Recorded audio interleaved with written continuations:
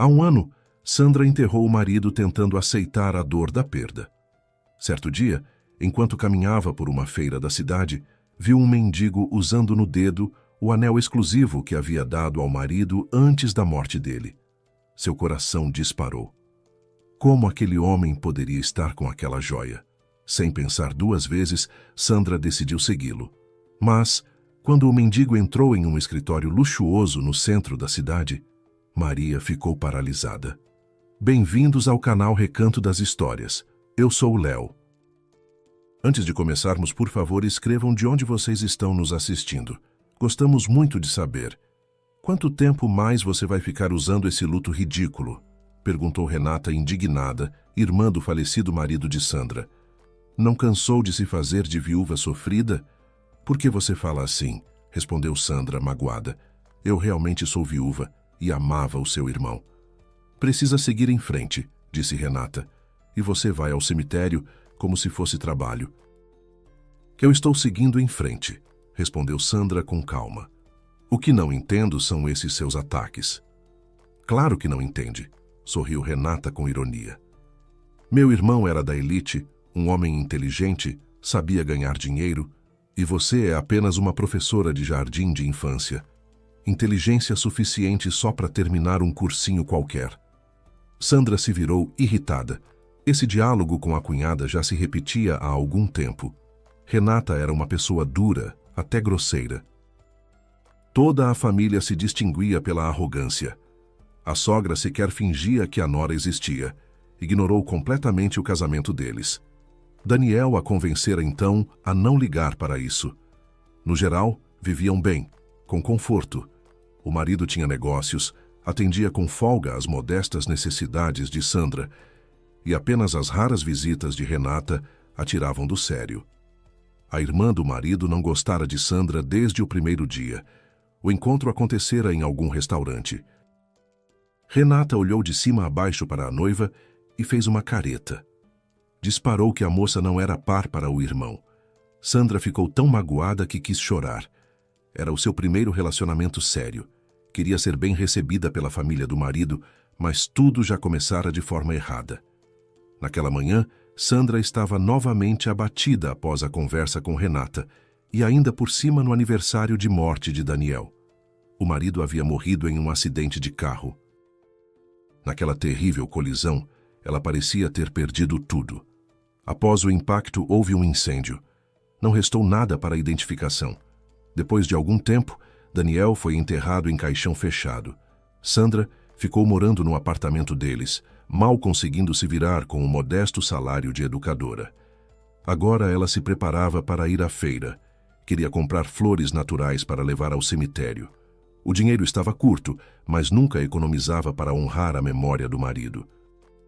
Chegou até a encomendar uma lápide de mármore, vendendo sua única joia de valor, os brincos da mãe.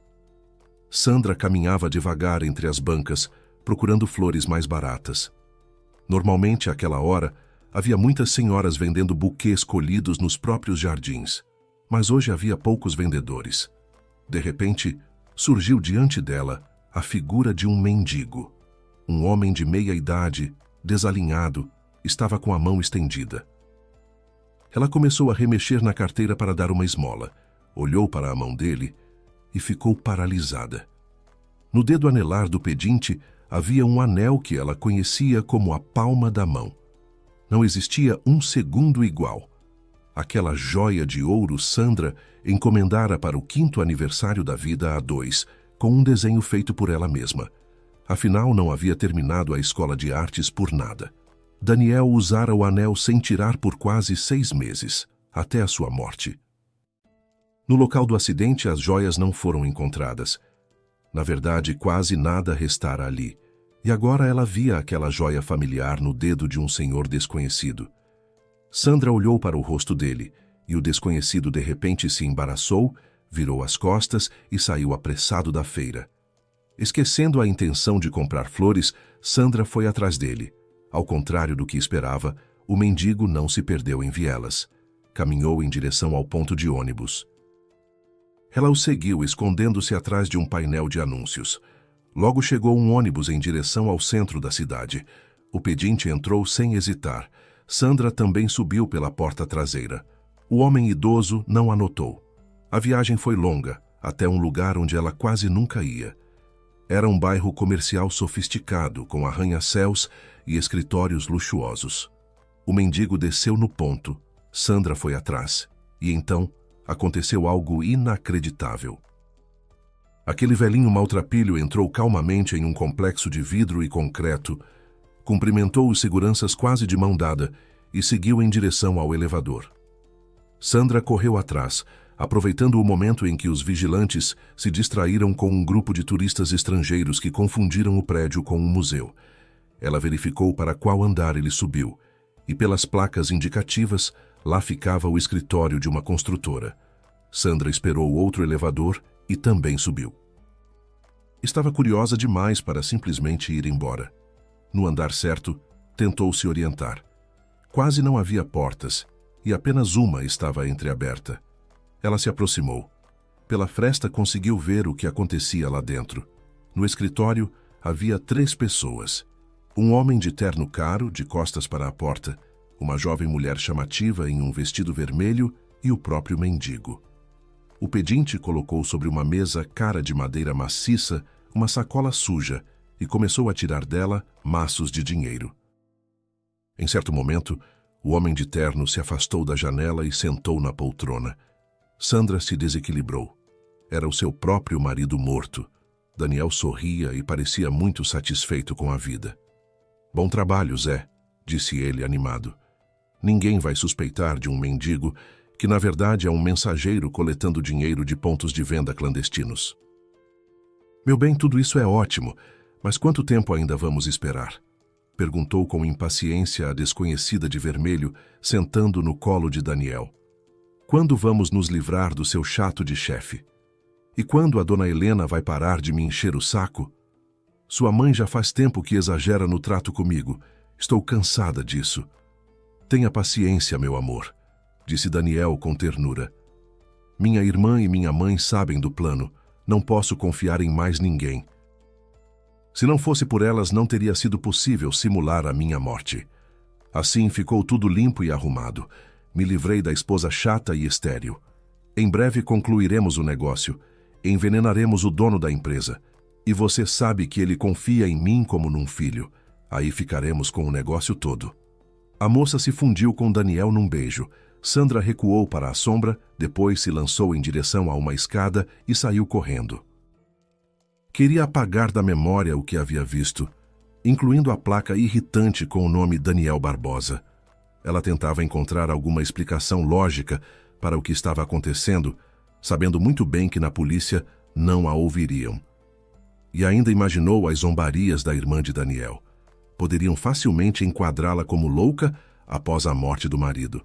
Provavelmente, ele tinha documentos muito bem falsificados, e provar que era seu marido não seria fácil. Saindo para a rua, Sandra foi embora a pé. Estava indiferente a tudo. A ideia de ir ao cemitério agora só lhe causava um riso nervoso. Durante todo aquele ano, haviam caçoado dela. A irmã do marido e a sogra a humilharam descaradamente, sabendo perfeitamente que Daniel estava vivo. Tudo isso abalou ainda mais a mulher já esgotada pelo luto e pelas lágrimas. No dia seguinte, um novo golpe a aguardava. Sandra foi trabalhar, mas não a deixaram entrar na turma, mandando-a direto para a diretora. Intrigada, a educadora foi ao gabinete da chefe. Catarina tinha um ar culpado. A princípio, o motivo não ficou claro. "Pereira, bom que você veio assim, sem escândalo. Bom, você está demitida por inadequação ao cargo", anunciou a diretora. "O que aconteceu?" Sandra caiu na cadeira tentando assimilar o que ouvia. "Eu trabalho bem. Alguém reclamou de mim. Chegou um comunicado anônimo dizendo que o seu diploma foi comprado", franziu a diretora. "E não vou me aprofundar nisso."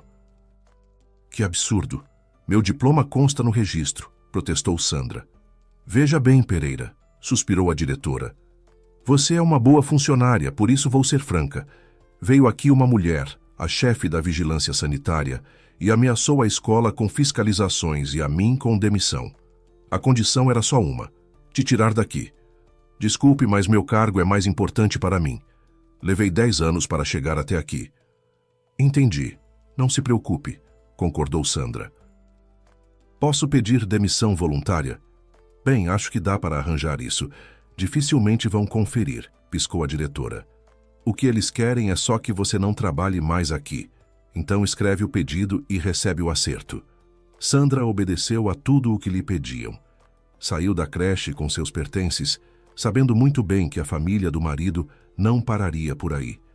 A vigilância sanitária era chefiada justamente por Renata.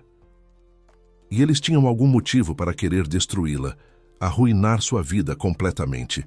Sandra entendia que teria de resolver tudo sozinha. A primeira coisa que decidiu foi encontrar aquele mendigo. Pelo jeito, trabalhar para Daniel não agradava nada ao velho. Sandra lembrava do olhar que o senhor idoso lançara ao marido no escritório. De adoração, não tinha nada. E Sandra resolveu usar esse Zé como fonte de informação. Foi à feira, mas localizar o mendigo levou alguns dias. Por fim, conseguiu encontrá-lo lá.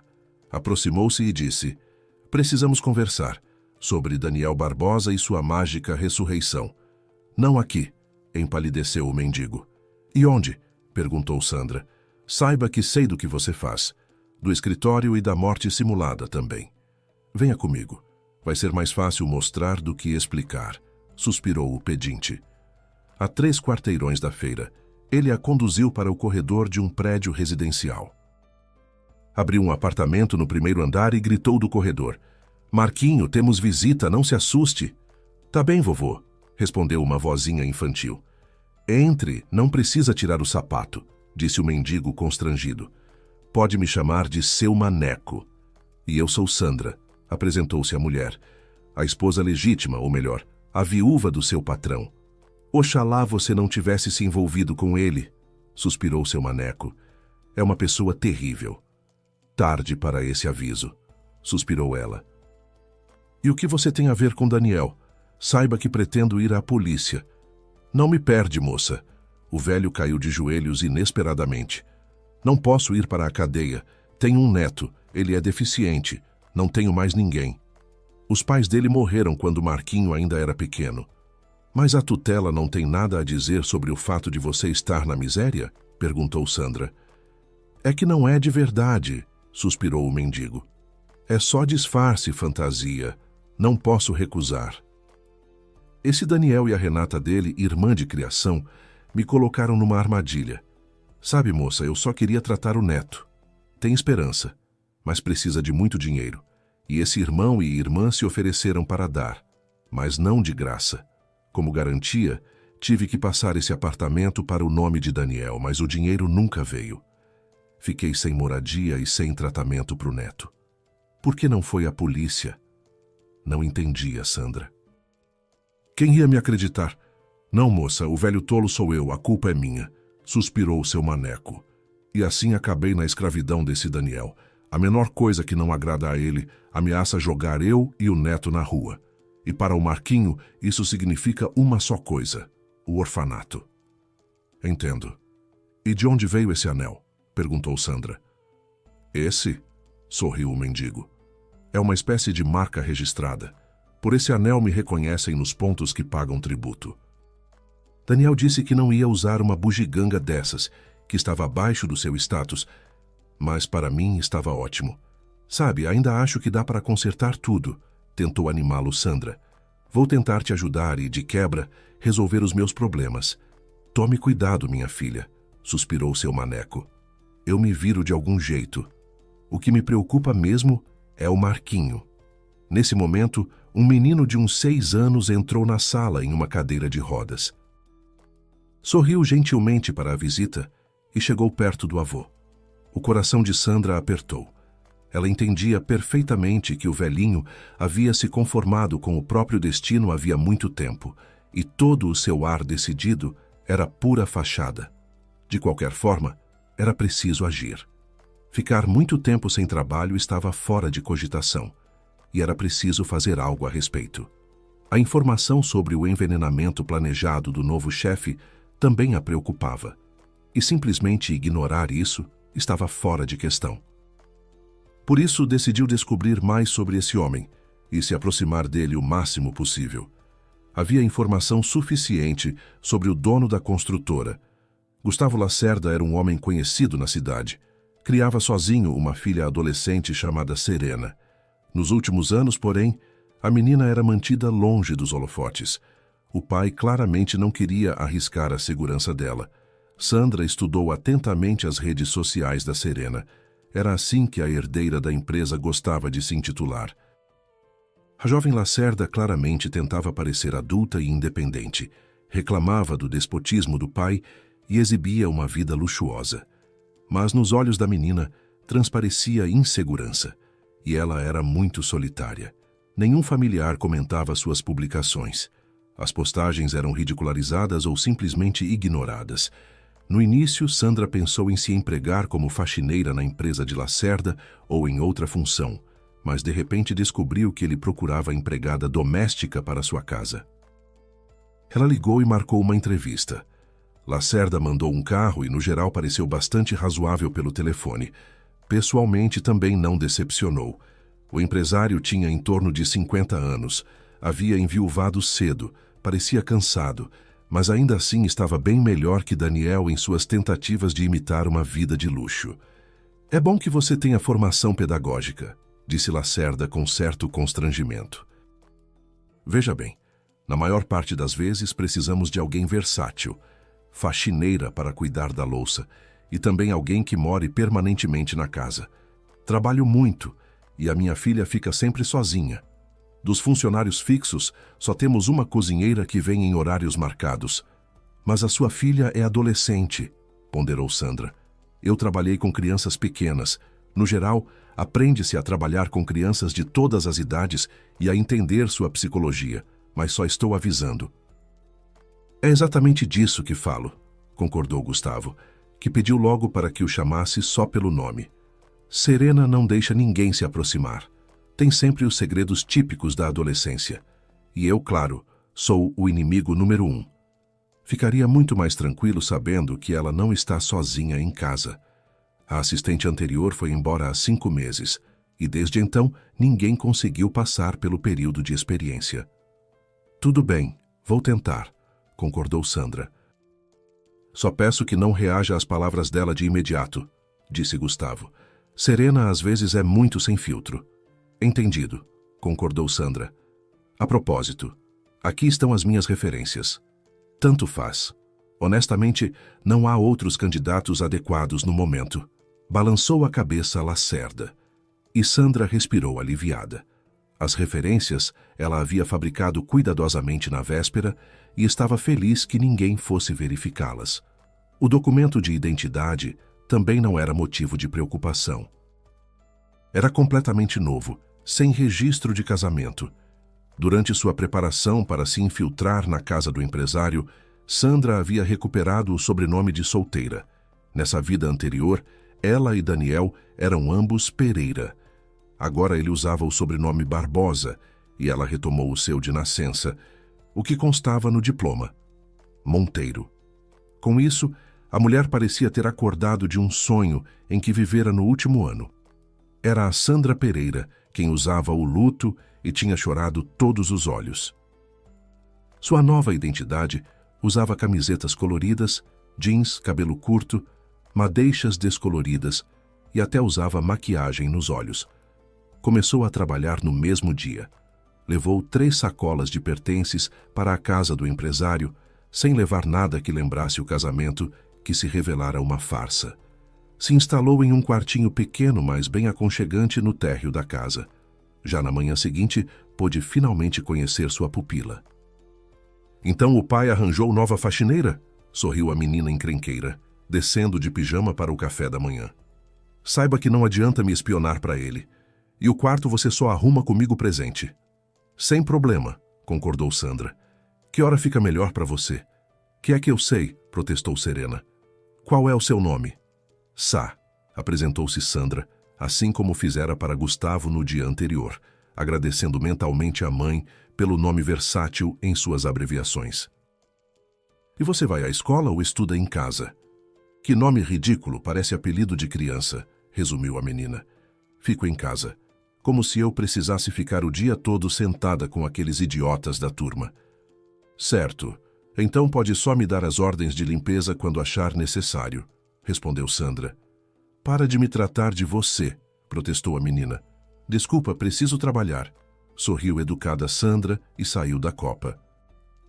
Ao longo do dia, Serena tentou provocá-la mais algumas vezes, mas Sandra não reagia. Apenas cumpria suas obrigações, conhecendo aos poucos a disposição da casa. À tarde, Gustavo a elogiou.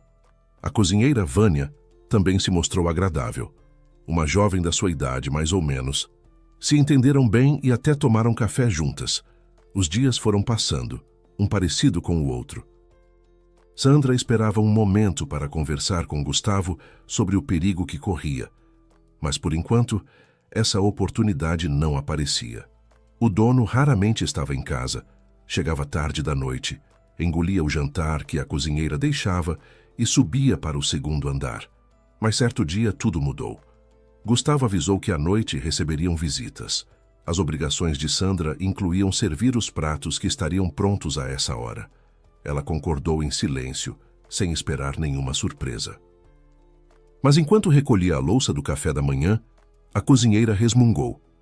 De novo sem poder fazer frutos do mar, e o patrão adora. Deve vir aquele Daniel antipático. Ele tem alguma alergia. Você tem certeza? Perguntou Sandra, ficando pálida. De quê? Da alergia? Riu Vânia. Não sou médica. Mas não, quis dizer se tem certeza de que são esses os convidados, perguntou Sandra, preocupada. Pelo que parece, encolheu os ombros Vânia. É a primeira vez para você. É normal estar nervosa. Fico com medo de não agradar os convidados ricos, confirmou Sandra. No geral, eles não são muito mais chatinhos que nossa Serena, sorriu a cozinheira. Talvez até mais agradáveis, para falar a verdade. A menina já me encheu com seus caprichos. Como você consegue conviver com ela no mesmo teto? Não sei, por enquanto está normal. Encolheu os ombros Sandra. Naquela noite, Sandra estava mais nervosa que de costume. A mudança de visual a transformara radicalmente. E no lugar da mulher rechonchuda e de aspecto saudável com um coque, o espelho agora refletia uma loira de cabelo curto com maçãs do rosto bem definidas. Sandra só havia percebido recentemente que emagrecera bastante no último ano. Mas mesmo assim tinha medo de ser reconhecida. A solução foi bastante simples. Fingiu que estava adoecendo, colocou uma máscara cirúrgica cobrindo bem o rosto e serviu os convidados rapidamente, trazendo entradas e bebidas. Gustavo olhava de vez em quando para a nova empregada, mas não fez comentários. Mais tarde, quando todos foram embora, Sandra explicou que tinha uma alergia forte e que a máscara era para evitar uma crise. Por que não me disse antes? Eu não teria me banhado em perfume, corou o empresário. Não é com todos os aromas, disse Sandra. O seu é dos que não me afetam. Já certos perfumes femininos provocam crise imediata. Por isso, quando soube que viriam mulheres, coloquei a máscara. Entendo, sorriu Gustavo. No geral, ninguém estranhou. E como estão as coisas? Conseguiu entrar em acordo com minha filha de algum jeito? Bem, temos uma trégua, sorriu Sandra. Isso, aliás, já é mais do que o normal com Serena, respondeu o patrão. Pode ser que você até tenha agradado a ela. Não me arriscaria a tanto, sorriu Sandra de novo. Sua filha não é do tipo que demonstra sentimentos verdadeiros. Entendo. Gustavo massageou as têmporas. Estou me sentindo mal de novo. Sempre a mesma coisa. Será que eu também tenho alergia a convidados? Sandra sorriu polidamente para o patrão, enquanto nos ouvidos ainda ecoavam as piadinhas que Daniel havia feito durante toda a noite sobre a nova faxineira do dono da casa. Como se descobriu, ele não era funcionário contratado, mas sócio de Gustavo. E isso mudava o equilíbrio de forças na situação. Sandra decidiu ser extremamente cautelosa. Naquele dia, o marido não a reconheceu, mas isso não significava que fosse continuar assim. E a partir desse dia, as visitas à casa se tornaram mais frequentes, o que estava longe de agradá-la. Ainda assim, A maior parte do tempo, suas obrigações consistiam apenas em preparar a mesa com antecedência. Depois podia ficar tranquila no quarto. Certo dia, o telefone tocou. Era Renata. Sandra achou graça. Não sentia mais nada pelo que a cunhada dissesse.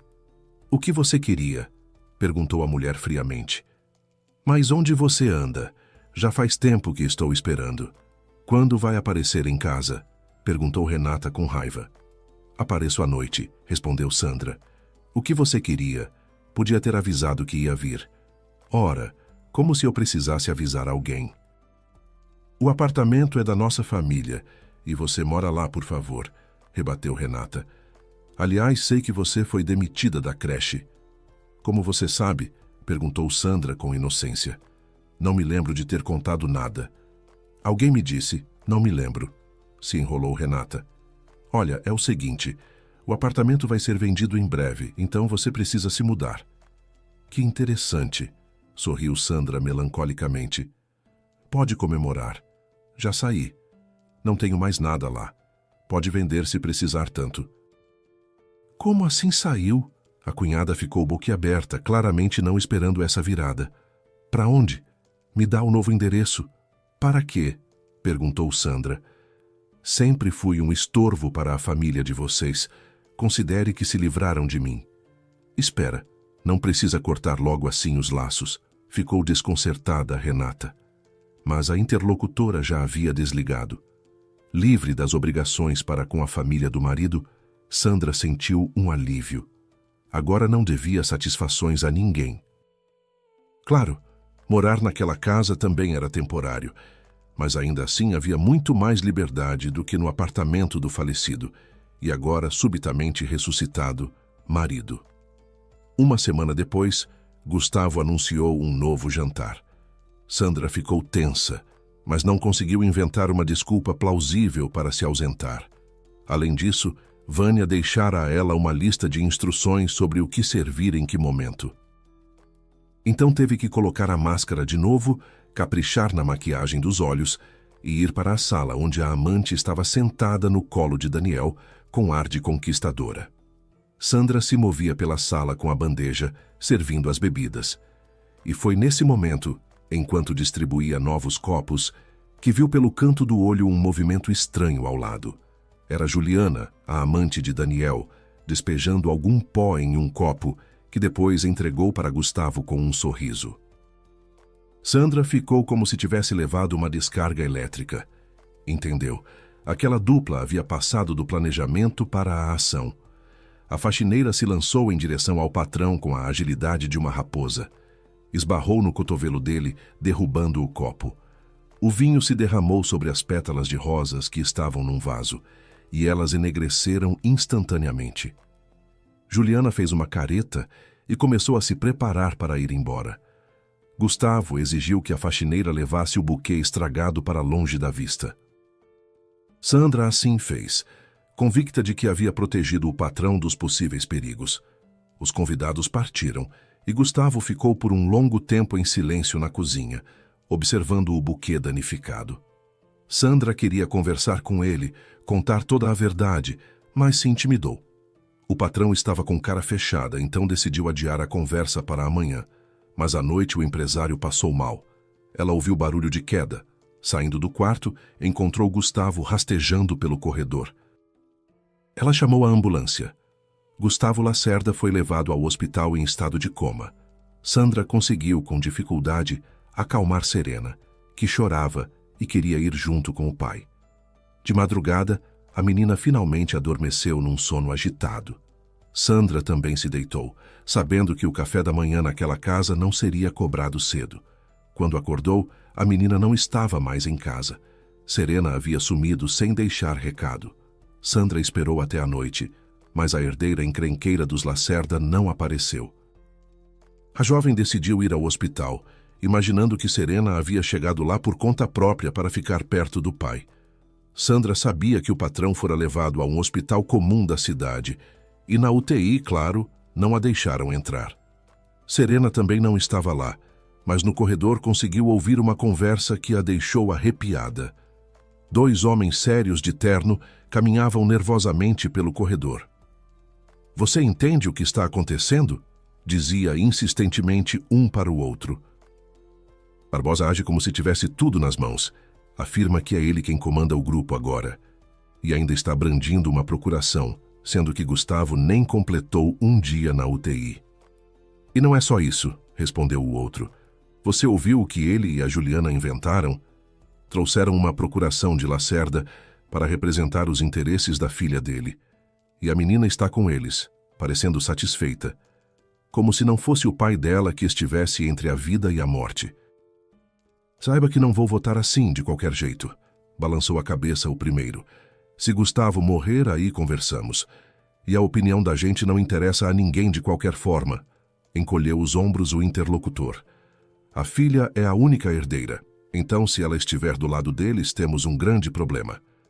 Vamos ver, respondeu o primeiro empresário. E então saíram para a rua. Sandra ficou no corredor, sem chão. Resultava que Serena havia saído de casa por vontade própria e agora estava com os golpistas que queriam tomar o negócio do pai. Procurar a menina não era mais necessário, e isso a acalmou um pouco. Afinal, dificilmente Daniel e sua cúmplice iriam machucar a galinha dos ovos de ouro. E a jovem Serena estava exatamente nesse papel no momento.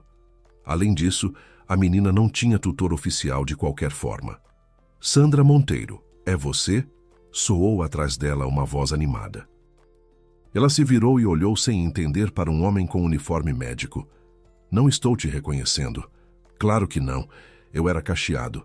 Agora estou careca igual bola de bilhar, gargalhou o interlocutor. Lembra? Na creche sentávamos um do lado do outro. Lucas Figueiredo, esqueceu? De fato não te reconheci logo, sorriu Sandra. Nossa, que encontro! Veio aqui por algum motivo específico? Perguntou Lucas direto ao ponto. Por enquanto não sei bem, admitiu Sandra. Tem aqui um conhecido meu que foi trazido à noite. Queria saber como ele está. Quem é? Perguntou Lucas interessado. Me diz o sobrenome. Lacerda, suspirou ela. Gustavo Sérgio. Ah, esse.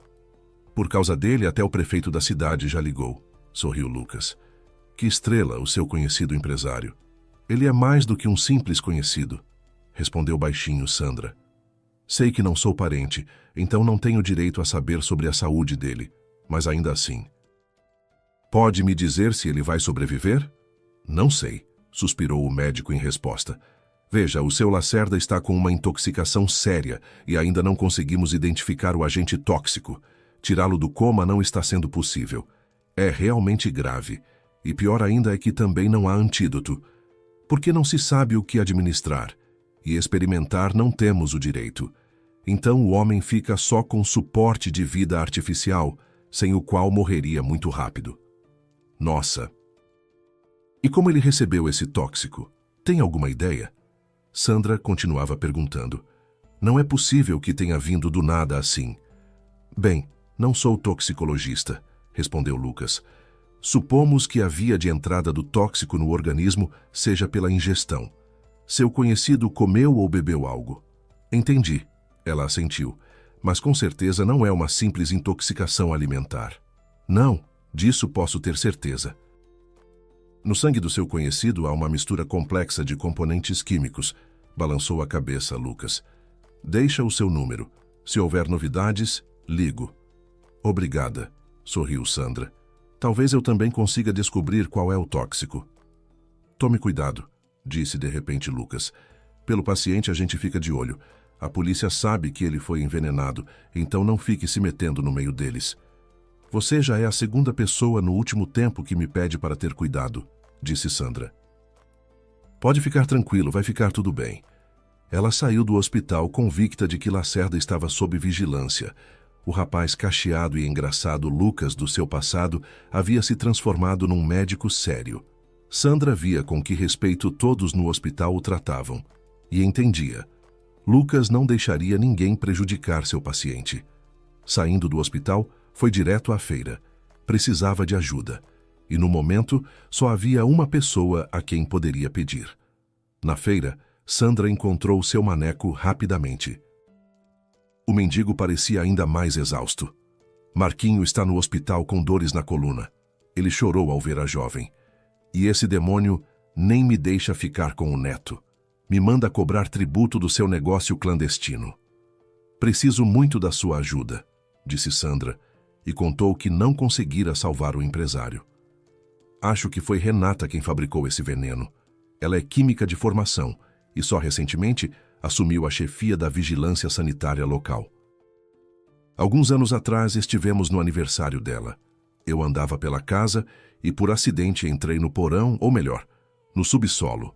Havia algo parecido com um laboratório químico. Renata gritou comigo por estar andando pela casa dela. Daniel mal conseguiu acalmá-la. "E o que você quer fazer?" perguntou seu maneco. "Para mim, a essa altura, tanto faz. Se isso ajudar a prender o demônio, estou pronto para qualquer coisa." "Quero entrar na casa de Renata", respondeu Sandra, "e tentar encontrar provas no laboratório dela. Acho que a irmã do meu marido não escondeu nada. E uma nova porção de veneno pode ser necessária a qualquer momento. Afinal, ele ainda está vivo." "Sabe, no passado eu era serralheiro e não ruim", disse seu maneco. "Cofre eu não forço, mas uma fechadura comum dá. Quando é o momento certo?" "Precisamos escolher uma hora em que Renata definitivamente não esteja em casa", disse Sandra. "Ou tentar monitorá-la." "Melhor deixa isso comigo", respondeu o velhinho. "E eu te ligo, fique de prontidão." Sandra concordou, entendendo que havia finalmente encontrado um aliado. A oportunidade de entrar na casa de Renata surgiu literalmente no dia seguinte. Bem cedo, a irmã de Daniel foi a um spa. Seu maneco ouviu que ela estava marcada para um programa de dia inteiro e logo avisou Sandra. Eles se encontraram perto da casa de Renata, entrando pelo lado do matagal para não aparecer nos portões principais. "A fechadura da porta dos fundos é simples", disse o falso mendigo. "Tem certeza de que não há alarme lá dentro?" "Tem, mas Renata sempre se esquecia de ligar e no final parou de usar", sorriu Sandra.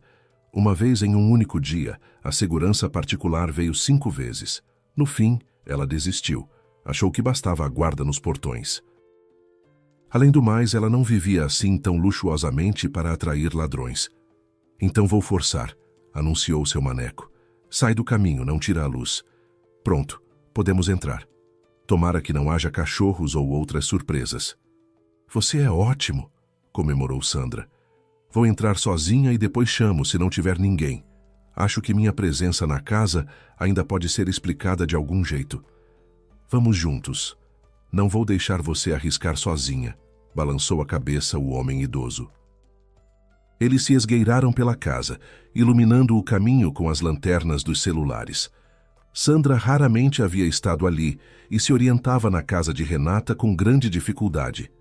Ficaram perdidos por bastante tempo até finalmente encontrarem a entrada para o porão. Lá havia uma porta resistente, mas mais adiante a coisa ficou ainda mais interessante.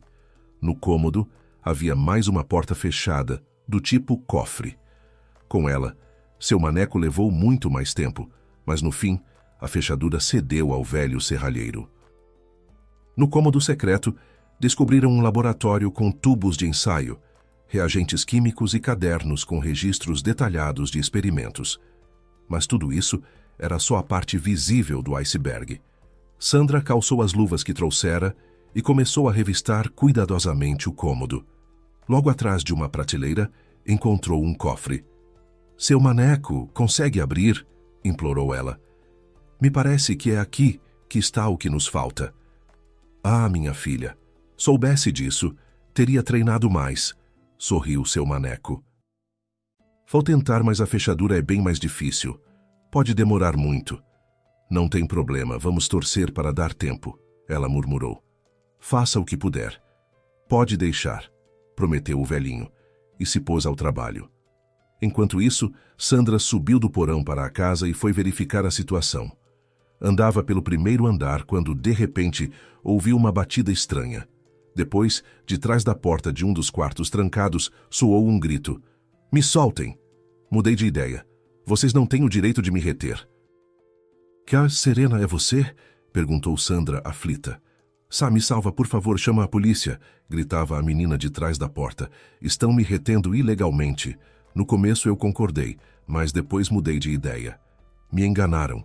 Tem televisão no quarto e no noticiário disseram que papai está em coma. Mas eles me falaram que era só sonífero para dar. Fui enganada. Por favor, me ajude. Calma, um segundo, respondeu Sandra e correu para o porão. Lá o mendigo já havia conseguido abrir o cofre. Ao ouvir a nova tarefa, subiu rapidamente. Mas Sandra começou a examinar o conteúdo do cofre. Lá dentro, havia 2 documentos falsos com fotos de Daniel e sua amante. Junto estavam originais de alguns documentos comerciais e a fórmula do tóxico, escrita em letra irregular. Sandra a fotografou rapidamente e enviou para Lucas. O médico respondeu com um simples obrigado.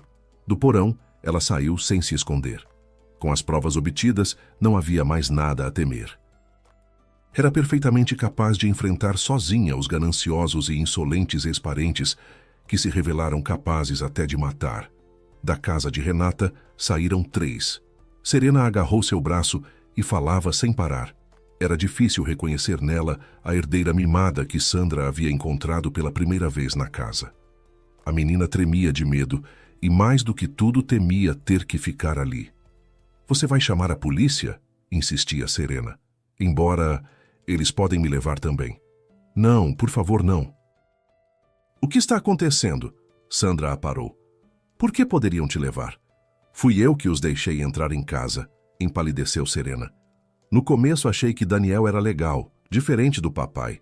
Papai vive nos negócios e só briga comigo. E Daniel e Juliana são modernos, divertidos, me entendem, nunca me pregaram sermão. No geral, parecia que viraram algo como amigos. Bem, e para poder se divertir sem a vigilância do pai, Daniel me trazia sonífero. A gente colocava na comida do papai, e ele nunca nos pegou. Então, de dia você fingia que estava estudando, e à noite saía na companhia de adultos que mal conhecia, disse Sandra. Bem, é isso, disse a menina, pesarosa. Mas na época parecia divertido. Parecia que a vida adulta era assim, a que eu precisava, e papai era só um velho chato que não entendia nada de diversão. Entendo, concordou Sandra. Te ganharam a confiança e depois te usaram. Que papai está no hospital mesmo com o envenenamento? A menina chorou, enterrando o rosto no ombro dela no ponto de ônibus. Quer dizer que fui eu que o envenenei? Matei com minhas próprias mãos.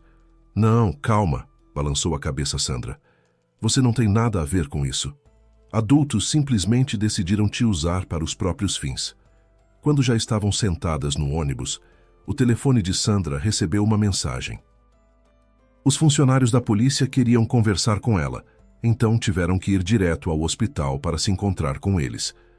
Enquanto Serena, com a ajuda de Lucas, entrava na UTI e chorava à beira do leito do pai, Sandra levou uma bronca do delegado. Não entende que com tudo isso não podemos mais juntar essas provas? Gritava Walter olhando para a mulher encolhida. Você destruiu tudo com as suas próprias mãos. Registre como um envio anônimo, ela disse em lágrimas. Com a sua iniciativa, a única alternativa é cometer um crime funcional. O delegado ficou vermelho. Mas tudo bem, vou resolver isso.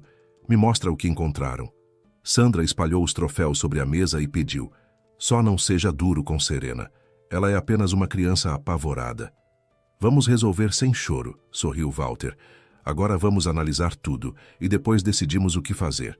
E você, enquanto isso, coloca tudo no papel, o que acabou de me contar. Por favor, prenda-os agora mesmo, implorou Sandra.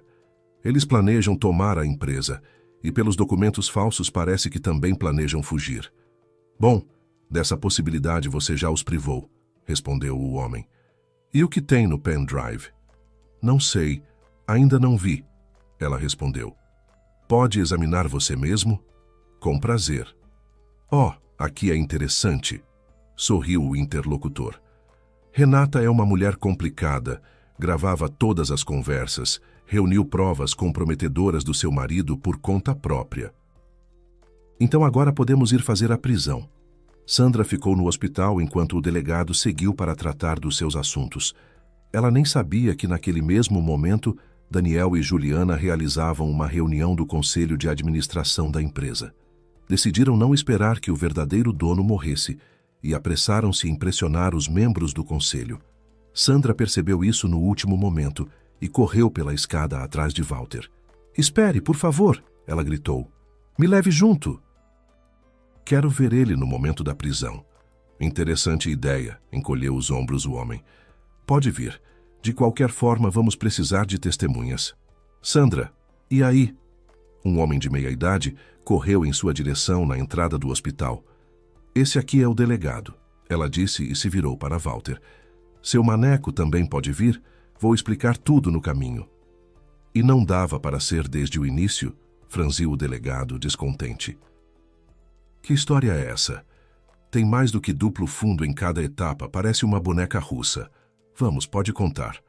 Sandra e o velhinho entraram no carro e, desta vez, chegaram ao centro de negócios acompanhados de uma equipe tática. Ela sentia um tremor miúdo e nervoso, mas tudo correu bem. O delegado entrou no escritório exatamente no momento em que Daniel derramava lágrimas como último argumento. "Vocês entendem", dizia ele. "A menina é praticamente uma órfã. Estou pronto para assumir a tutela da filha do meu amigo. E entendo os negócios da empresa.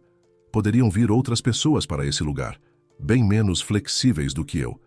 Então, se assinarem agora, amanhã, a própria Serena vai agradecer a vocês pessoalmente." "Duvido muito", soou da entrada a voz do delegado. "A menina foi libertada do seu cativeiro e dificilmente vai querer tutores que quase mataram o pai dela." "Quem é o senhor?" disse Daniel com arrogância, mas viu Sandra atrás do delegado e ficou branco como papel. "Entendo. A vingadora implacável apareceu." "E você, meu bem, para um morto está em ótima forma", sorriu Sandra. "Então você era a nova faxineira de Lacerda", disse Daniel pensativo. "Como Renata pôde errar assim? Ela tinha certeza de que você tinha ido para a casa da sua mãe no interior e não apareceria mais por aqui." "Não quero interromper esse reencontro caloroso", interferiu o delegado. "Mas o senhor está detido, cidadão Barbosa. Ou talvez Pereira, a cúmplice também. Ninguém sai do escritório. Haverá buscas e procedimentos investigativos." "E de que exatamente estou sendo acusado?" perguntou Daniel com ironia. "De ter tentado começar uma nova vida? O senhor é suspeito de fraude, falsificação de documentos e tentativa de homicídio", informou o policial. "Renata também está detida. Vão trazê-la direto do spa para o interrogatório." "Fui eu que fiz tudo", de repente gritou Juliana. "Ele e a família maldita dele. Estou pronta para colaborar totalmente com a investigação. Pode perguntar, senhor delegado, vou contar tudo. Não quero ir para a cadeia, não fiz nada de errado. Só confiei na pessoa errada." "Vamos ouvir e anotar todos", assentiu o delegado. "A colaboração certamente será levada em conta pelo juiz." "Vou contar tudo", disse Juliana animada. "Podem ter certeza." "Ouvi muita coisa. Cala a boca", gritou Daniel se jogando sobre a amante. "Você entende que vai nos afundar com isso? Para com isso. Vocês mesmos é que arruinaram tudo", rosnou Juliana. "Fracassado, só promessas, e no final foi só fumaça." Sandra se virou da dupla que continuava a brigar. Não queria mais ver o ex-marido, mas ainda havia muita burocracia pela frente relacionada a Daniel. Agora ela e seu maneco foram depressa ao hospital. O homem idoso foi ficar ao lado do neto doente, e Sandra foi apoiar a filha do seu patrão. A menina se recusou categoricamente a deixar a clínica. "E aí, como estão as coisas?" perguntou Sandra. "Os médicos fizeram um antídoto", contou Serena. "Disseram que vai eliminar o tóxico. E agora papai está no soro. Dizem que é para tirar toda essa porcaria do sangue. Mas será que ele me perdoa? O que você acha?" "Ah, Serena, para." Sandra abraçou a adolescente, que chorava sem consolo. "Seu pai é uma pessoa maravilhosa e vai entender tudo. É só esperar que ele acorde." "Aquele seu amigo médico..."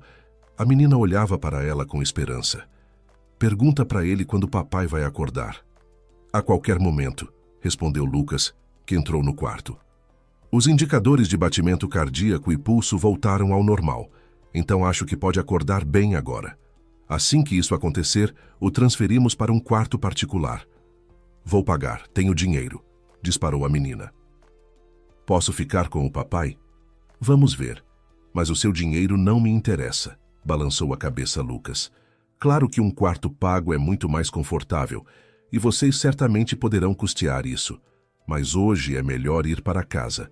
À noite, adolescentes não têm nada a fazer na nossa ala. Sandra abraçou silenciosamente a menina pelos ombros e a conduziu para fora do quarto. Juntas voltaram para a casa dos Lacerda. Lá as recebeu a preocupada Vânia. Ao saber das últimas novidades, a cozinheira os pôs para comer e depois cada um foi para o seu quarto. De manhã, Sandra recebeu uma mensagem de Lucas. Seu patrão havia acordado.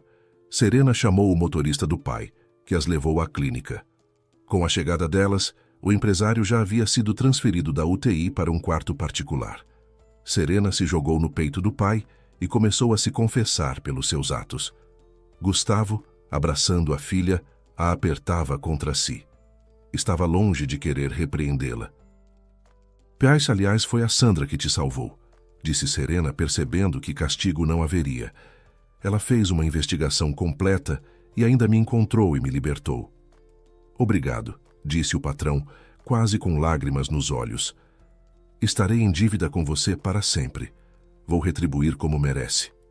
Eu não fiz isso por recompensa, disse Sandra, e dividiu com ele a história do seu relacionamento com o marido. Desculpe por não ter conseguido te avisar a tempo.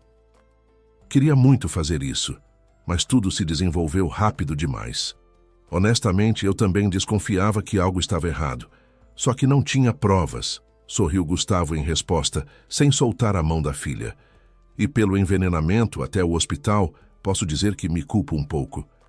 Veja bem, Sandra, eu já tinha flagrado meu sócio em algumas pequenas irregularidades, e quando percebi que estavam me envenenando, decidi não esperar que os esforços deles se concretizassem. Você sabia, se espantou Sandra. Por que não tomou precauções? Tudo saiu meio sem querer, admitiu Gustavo. Há tempos tinha encontrado com a minha filha esses pós que Daniel e Juliana a obrigavam a colocar na comida, e simplesmente parei de beber o que ela me servia. Mandei o medicamento para análise. Os químicos disseram que era uma fórmula nova, desconhecida, e no dia do jantar também vi quando Juliana despejou o preparado no copo. Como eu não estava em perigo, mas sua vigilância me impressionou. E como então você foi parar envenenado? Perguntou Sandra, incrédula. Por iniciativa própria. Tomei uma dose pequena, admitiu o empresário corando de vergonha. Queria que por meio do meu envenenamento, esses criminosos fossem pegos em flagrante. Fui por conta própria tomar um pouquinho dessa coisa. Errei na dose. Podia se poupar de tanto amadorismo, sugeriu o médico. Na próxima vez, pode ser que não cheguemos a tempo. Já entendi, me comportei como um idiota. Fez gesto com a mão Gustavo. Juro nada mais de experimentos, só o que for aprovado pela lei. O médico sorriu e saiu do quarto, e Sandra se pôs a discutir com Gustavo e a filha os planos para o futuro. Ficou claro que a recuperação após o tóxico levaria ainda algum tempo. Uma semana depois, o empresário recebeu alta. Sandra assumiu o papel de cuidadora, o ajudava a se levantar, fazia massagem. Serena, por sua vez, comportou-se docilmente, chegando até a pedir para ir de volta à escola perto de casa, abrindo mão das aulas online. Parecia que tudo havia ficado para trás, mas quando as investigações terminaram, vieram os processos. Sandra usou o direito de se fazer representar, não queria sequer ver Daniel de novo. Seus interesses no tribunal eram representados por advogados contratados por Gustavo. Toda a turma acabou recebendo penas sérias. Até a amante, que colaborou tão ativamente com a investigação, não escapou da prisão. Então Sandra decidiu regularizar sua situação civil. Foi conversar com o delegado. Parecia que seriam necessários montões de papéis, mas Walter, depois de ouvi-la, apenas sorriu. E por que acha que foi casada? O cidadão Pereira não se divorciou da primeira esposa, Renata, embora a apresentasse a todos como irmã. Portanto, você não pode ser esposa de Daniel de jeito nenhum. Ele é casado e a relação de vocês é inválida. Quer dizer que nunca fui casada? Exclamou Sandra, aturdida. É uma baixaria da parte dele. Não é o primeiro caso, Sandra, suspirou o policial. Se quiser saber, ele usou você para criar a imagem de um homem de família exemplar. A primeira esposa tem antecedentes criminais, e a amante, os dois a consideravam uma peça descartável. Juliana era uma informante valiosa. Você sabe, ela trabalhou como secretária de Lacerda por alguns anos. E ao fim do negócio planejavam se livrar dela. Que horror! Empalideceu Sandra e saiu apressada da delegacia, mas voltou. Pode me dar um atestado de que estou solteira? Para isso você precisa ir ao cartório e depois ao fórum pedir que o casamento seja declarado inválido, aconselhou o delegado. E aí pode casar de novo, de verdade. Naquele dia, Sandra voltou para casa atordoada com as novidades. Por isso, nem logo notou um buquê no seu quarto. Descobriu as rosas no vaso só umas 2 horas depois, e foi na mesma hora perguntar a Serena de onde tinham vindo as flores. Foi papai que trouxe, piscou a menina. Diz que é bonito. Fui eu que ajudei a escolher, a Vânia também. Só não sabíamos quais você gosta. Mas não é meu aniversário, se surpreendeu Sandra. Você ainda não percebeu que papai gosta de você? Admirou-se Serena. A propósito, eu também não me importo se vocês se casarem. Sandra apenas sorriu, mas quando à noite Gustavo trouxe para ela na varanda uma manta e chá quente, ficou pensativa. O cuidado daquele homem aquecia sua alma maltratada pela traição. Mas logo a casa ganhou novos moradores. Seu maneco com o neto, cuja operação Gustavo custeou, e ao qual devolveu o direito sobre o apartamento. O velhinho agora era registrado como jardineiro e faz tudo da casa. Sandra costumava conversar com ele sobre tudo, enquanto observava no jardim Serena, ensinando pacientemente Marquinho a caminhar. O menino havia se levantado da cadeira de rodas pela primeira vez. A menina rebelde lá fora se transformava instantaneamente numa babá carinhosa com aquela criança. Casa comigo, propôs Gustavo certa noite. Prometer que vou estar mais em casa, não posso, mas vou me esforçar para ser um bom marido. E Serena vai adorar. Tudo bem. Mas espero que você não tenha guardado na manga uma esposa de surpresa, brincou Sandra. Mas olha, tem uma coisa. Sou estéril. Quem disse isso? Perguntou Gustavo. Meu marido. Ela encolheu os ombros. Por vários anos financiou todos os tipos de exames. E logo depois fizeram um belo casamento. Mas 6 meses depois, Sandra começou a passar mal de manhã. Por insistência da cozinheira, que há muito se tornara amiga, ela fez um teste de gravidez, e o resultado foi positivo. Sandra segurava o teste de gravidez nas mãos e quase chorava. Logo a suspeita foi confirmada pelo médico, que ficou bastante surpreso com o diagnóstico de esterilidade. Resultou que Sandra não tinha problema nenhum. Simplesmente Daniel não queria filhos, pois desde o início a encarava como material descartável. Tranquila e feliz, ela correu para casa dar ao marido e à filha a boa notícia. E agora, esperando o seu bebê, Sandra estava absolutamente serena. Se você gostou da história, peço que me apoie clicando no joinha. Para você é só um clique, mas para mim é muito importante. Tudo de bom para todos.